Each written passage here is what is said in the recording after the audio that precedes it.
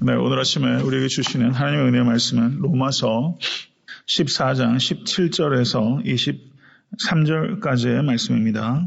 14장 17절에서 23절까지의 말씀 다 같이 합독하도록 하겠습니다.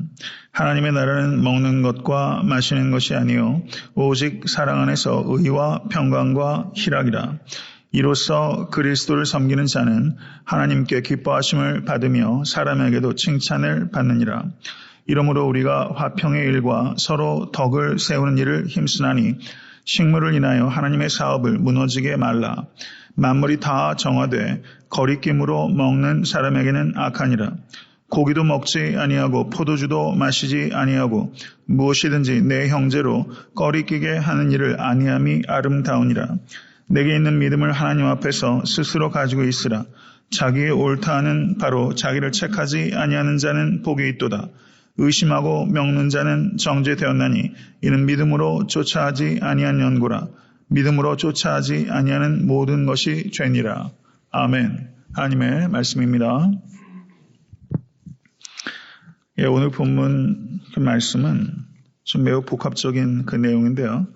14장 나머지 부분들을 오늘 전체적으로 이제 강의함으로 14장을 마감하고자 합니다.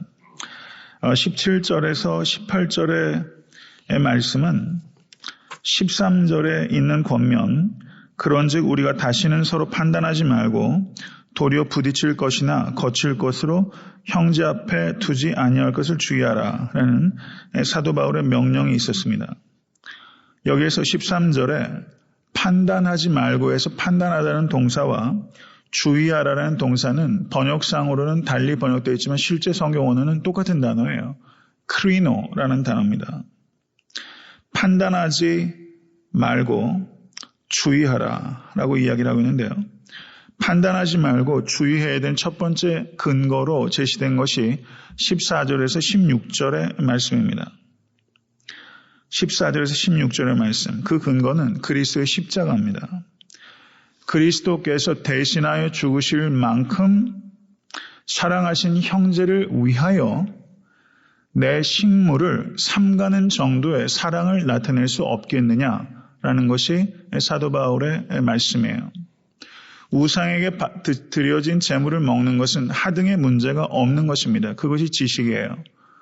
그런데 우리가 행동해야 될 궁극적인 최종적인 근거는 지식에 따라서 하는 것이 아니라 사랑에 따라서 행동해야 된다는 것을 사도 바울께서 말씀하신 것입니다. 그리스도께서 사랑하셔서 목숨을 버리셨는데 너는 그 형제를 위해서 식물을 버릴 수 없겠느냐라고 말씀하는 것입니다. 식물을 먹는 것이 하등에 상관이 없다는 지식에 따라서 행동하는 것이 아니라 그 식물 때문에 망할 수 있는 형제를 위해서 그 식물을 포기하지 않겠느냐라는 것이 사도 바울의 말씀이죠. 이것은 고상한 덕입니다. 모쪼록 여러분과 제가 이런 고상한 믿음의 절제를 가질 수 있게 되기를 주님의 간절히 축원합니다. 19절에서 21절의 말씀은 사도 바울께서 14장 1절에서부터 시작된 가르침을 강화하고 적용하고 있는 부분이라고 말씀할 수 있고요. 22절에서 23절은 개인적인 지식, 성도의 개인적인 지식과 성도의 공적인 행동이 어떻게 연관이 될 수 있고 구별될 수 있는가 하는 것에 대해서 결론을 내리고 있는 부분입니다. 그러면 17절의 말씀을 보시죠. 17절의 말씀, 많이 알려진 말씀이에요. 하나님의 나라는 먹는 것과 마시는 것이 아니요 오직 성령 안에서 의와 평강과 희락이라. 아멘. 먹고 마시는 거 중요한 일이에요. 요즘 웰빙 시대라고 말하잖아요. 얼마나 먹고 마시는 것에 관심이 많은지 몰라요. 먹고 마시는 것 중요한 일입니다.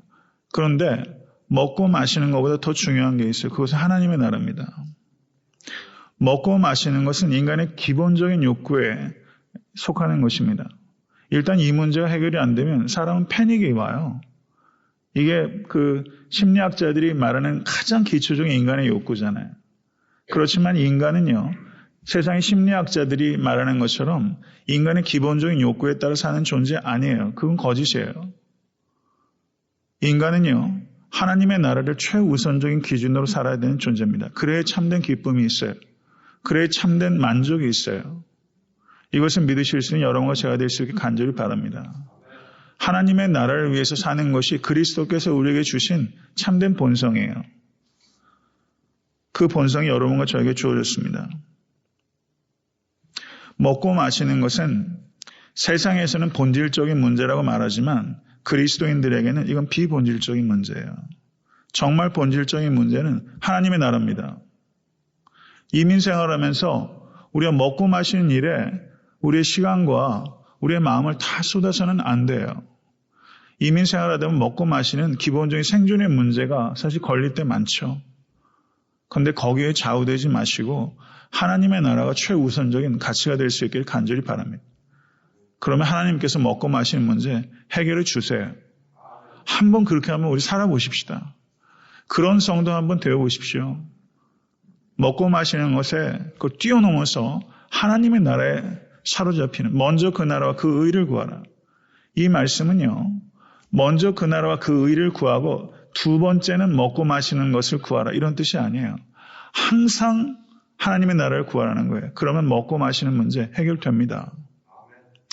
이것이 우리의 삶 속에 그저 신앙적인 지식으로 있는 것이 아니라 이것이 실제 삶의 체험이 될 수 있길 간절히 바랍니다. 이런 체험이 쌓이면요. 사람 담대해지는 거예요. 담대해지는 거예요.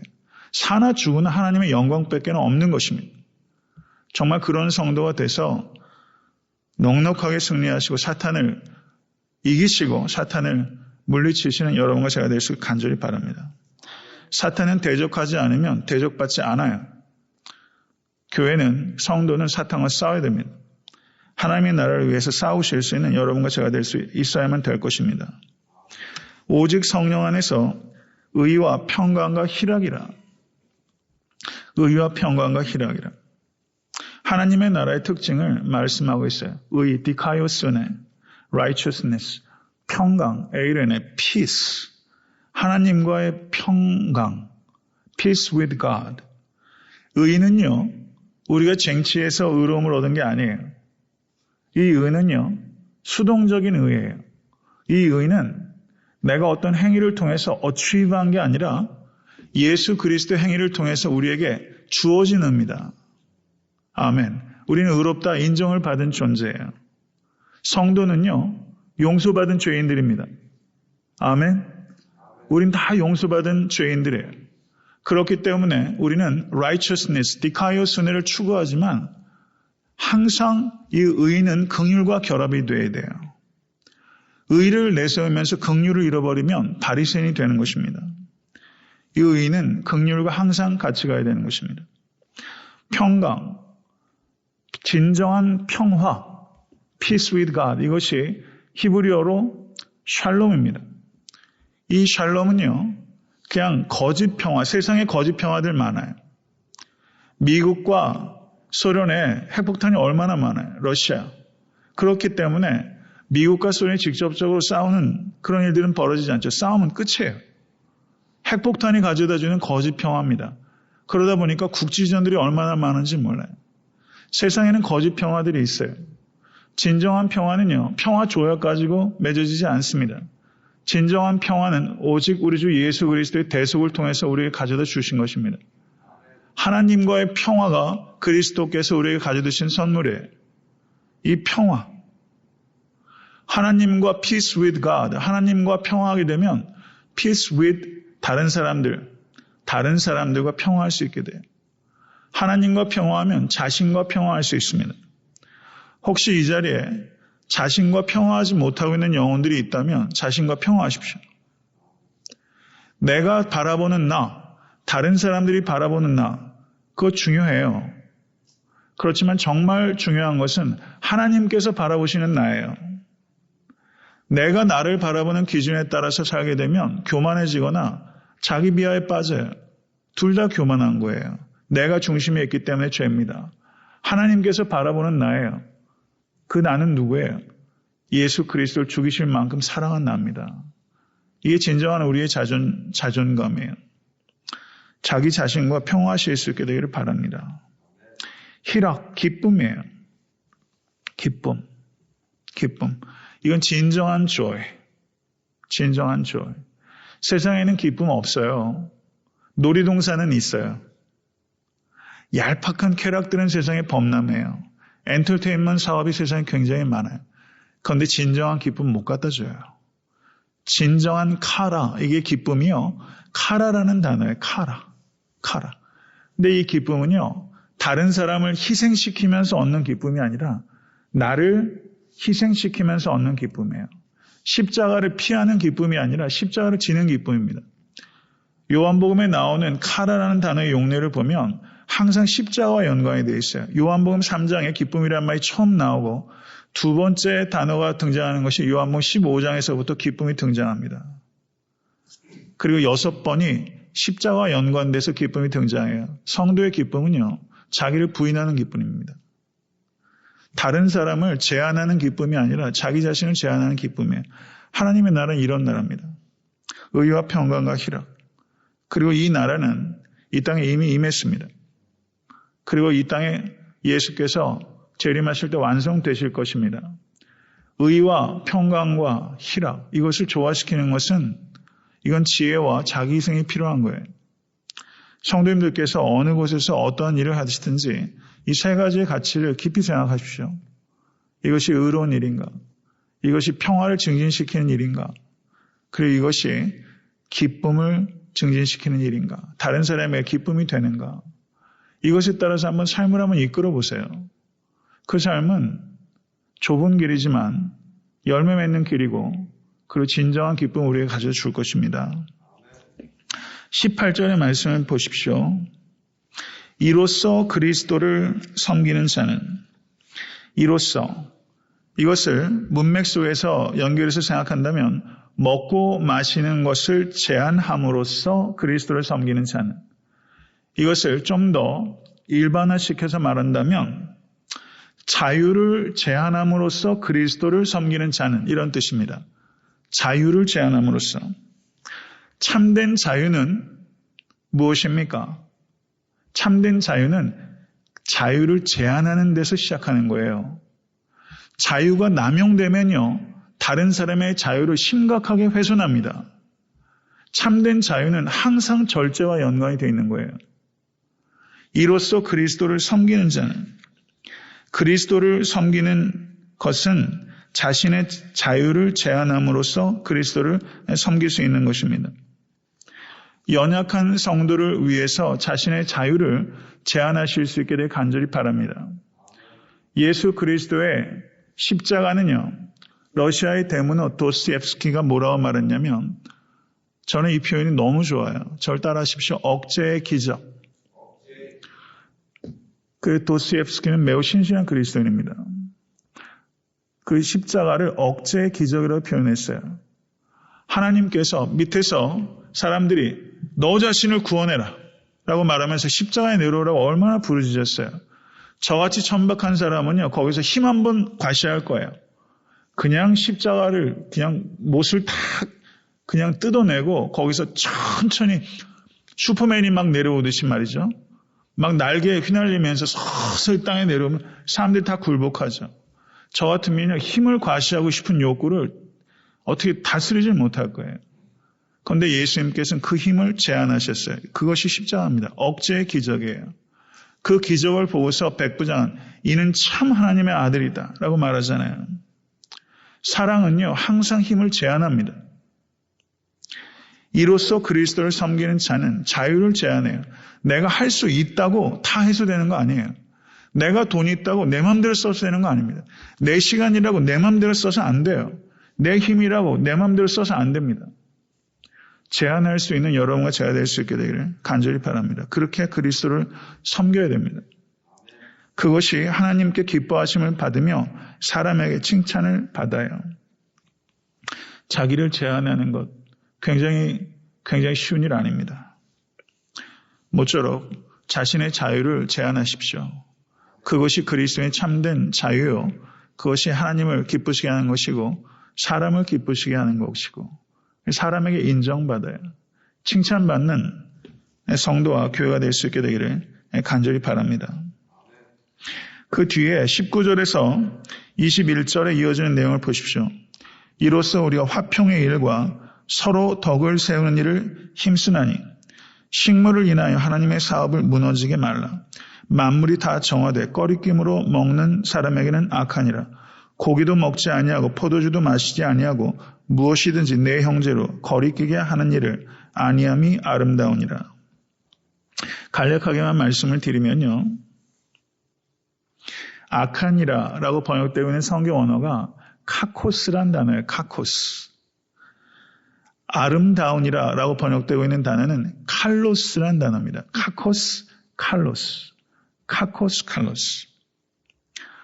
다른 사람을 거리끼게 하는 것이 카코스요. 다른 사람을 거리끼게 하지 않는 것이 칼로스예요. 우리 교회 목장 이름 가운데 하나가 칼로스예요. 예수 그리스도를 위해서 마가복음 14장에서 향유옥합을 깨뜨린 그 여인의 일을 예수님께서 칼로스라고 말씀하셨어요. 그건 beautiful, 아름다운 일이에요. 사랑하는 성도 여러분, 여러분과 저의 매일매일의 삶이 그리고 평생의 삶이 다른 사람에게 걸림돌이 되는 것이 아니라 다른 사람에게 디딤돌이 되는 카코스가 아니라 칼로스가 되는 인생이 될 수 있도록 항상 성령님을 의지하며 살아가실 수 있게 되기를 간절히 축원합니다. 그 뒤에 이어지는 말씀을 보십시오. 내게 있는 믿음을 하나님 앞에서 스스로 가지고 있으라. 자기의 옳다 하는 바로 자기를 책하지 아니하는 자는 복되도다 라고 말씀하고 있습니다. 이것은 비본질적인 부분에 있어서 사람마다 자기 견해가 있어요. 그렇죠. 사람마다 자기 견해가 있습니다. 비본질적인 부분들에 있어서. 교회에는요, 굉장히 많은 전문가들이 있어요. 신앙생활 오래 하시다 보면 우리가 엑스퍼트가 됩니다. 그러면 잘못된 생각들을 할 수 있어요. 교회 전문가가 너무 많아요. 많습니다. 그러면 자기 견해가 굉장히 강해져요. 그런데 여기에 있어서 그런 견해들이 있을 수 있죠. 그런데 그것을 자기 견해, 비본질적인 부분에 있어서 자기 견해를 과시해서도 안 되고 그리고 강요해서도 안 된다라고 말씀하고 있는 부분이에요. 본질에 있어서는 한순간도 한치도 우리가 물러서서는 안 됩니다. 복음의 본질에 있어서. 복음의 본질은 무엇입니까? 본질은 성경에서 분명히 말씀하고 있는 것을 본질이라고 하는 거예요. 그것에 있어서는 우리는 한치도 물러설 수 없어요. 그렇지만 성경이 분명하게 말하고 있지 않은 것, 경우에 따라서 그리고 교단에 따라서 달리 해석할 수 있는 여지가 있는 것, 그런 부분들은 비본질적이라고 하는 거예요. 비본질적인 부분에 있어서도 우리가 자기 견해는 가져야 하고 가질 수 있지만 그것을 과시하거나 그것을 강요해서는 안 된다라고 사도 바울께서 말씀하고 있는 거예요. 그러니까 제가 항상 강조해서 말씀드리는 바와 같이 우리가 본질에 있어서는 강철같이 비본질에 있어서는 갈대와 같이 본질에는 일치를 비본질에는 자유를 모든 일에는 사랑을 이것이 종교개혁자 마틴 루터의 말이기도 하지만 이건 정말 중요한 금원입니다. 애타한테 섬기는 교회가 본질에는 강철 같고 그리고 비본질에는 갈대와 같은 성도들 양육하는 교회가 되어야 됩니다. 모쪼록 이런 성도 되십시오. 이것은요 비단 신앙의 영역에만 국한되는 것이 아니라 우리의 삶의 모든 자리에서 본질에는 강철 같고 비본질에는 갈대 같은 사람이 필요해요. 정말 이런 사람이 있어야 세상이 바뀝니다. 모쪼록 이런 성도가 되어가시기 위해서 부단히 힘을 쓰시는 여러분과 제가 될 수 있게 되기를 바랍니다. 23절의 말씀 보시죠. 의심하고 먹는 자는 정죄되었나니 이는 믿음으로 쫓아 하지 아니한 영고라. 믿음으로 쫓아 하지 아니하는 모든 것이 죄니라. 이렇게 사도 바울께서 14장의 말씀을 맺고 있어요. 우상에게 바쳐진 재물을 먹는 것은 그것 자체는 죄가 아니에요. 왜냐하면 우상은 없기 때문에. 그런데 그것에 대해서 양심에 죄가 아님에도 불구하고 그것에 대해서 죄라고 여기면서 그것을 먹으면 그것이 죄라는 거예요. 그것 자체는 죄가 아닌데 그걸 죄라고 여기면서 그것을 하는 것은 죄라고 사도 바울께서 말씀하고 있는 것입니다. 이 말씀을 맺습니다. 자유를 그리스어로 엘루세이아라고 말합니다. 저를 한번 따라해 보시겠어요? 엘루세이아. 진리가 너희를 자유케 할지니. 우리가 진리 가운데 깊이 들어가면 우리가 자유가 증진이 돼요. 그런데 자유가 생겼을 때 그 자유는 매우 중요하면서 매우 위험한 것입니다. 그 예전에 제가 자유에 대해서 설교하면서 그런 이야기를 했어요. 성도님들 여름에 혹시 휴가를 가지셨는지 모르겠지만 우리 성도님 가운데 한 분은 캠핑 다녀오셨다고 얘기를 하시더라고요. 자녀들하고 모처럼 캠핑 갔는데 비만 옴팡 와가지고 어린 자녀들과 모처럼 시간 냈다 비만 맞고 오셨다고 얘기를 하시는데 스모키 마운틴 같은데 만약 캠핑을 하게 되면 그 두 가지 마음이 있어요. 큰 곰을 한번 만나고 싶은 마음이 있어요. 그런데 큰 곰을 만나게 될 두려움이 있어요. 자유라는 게 그런 거예요. 기대를 가지고 있으면서 한편으로는 자유에 대한 두려움이 있어요. 자유가 주어지면 어떻게 하지 못해요. 사람이 그래요. 굉장히 자유에 대해서 역설적인 태도를 가지고 있습니다. 그러니까 말씀을 요약하면 참된 자유는 무엇인가? 참된 자유는 반드시 절제와 동반이 되어야 되는 것입니다. 지식은 우리에게 자유를 가져다 주는데 우리가 그 자유를 가지고 우리가 그것이 옳다라는 이유만 가지고 다른 연약한 성도를 무너뜨릴 수 있다는 것을 항상 염두에 두실 수 있기를 간절히 바랍니다. 지식이 가져다 준 자유가 우리의 행동의 최종적인 근거가 아니라 그리스도의 십자가가 우리에게 가져다 준 그 사랑이 항상 우리의 행동의 최종적인 근거가 되어야 되는 것입니다. 제가 항상 말씀을 드리지만 우리가 옳은 것 말하고 옳은 것을 행하면서 다른 사람을 실족시킬 수 있다는 것을 염두에 두셔야 돼요. 옳은 것을 항상 은혜라는 보자기로 쌓으실 수 있는 여러분과 제가 될 수 있게 되기를 주님의 간절히 축원합니다. 그러기 위해서는 항상 부단히 자기 자신을 되돌아보는 그런 태도가 굉장히 중요합니다. 이로써 그리스도를 섬기는 자는 자기를 제한함으로 그리스도를 섬기시고 성도와 이웃을 섬기실 수 있는 참된 자유인이 되실 수 있게 되기를 주님의 간절히 축원합니다.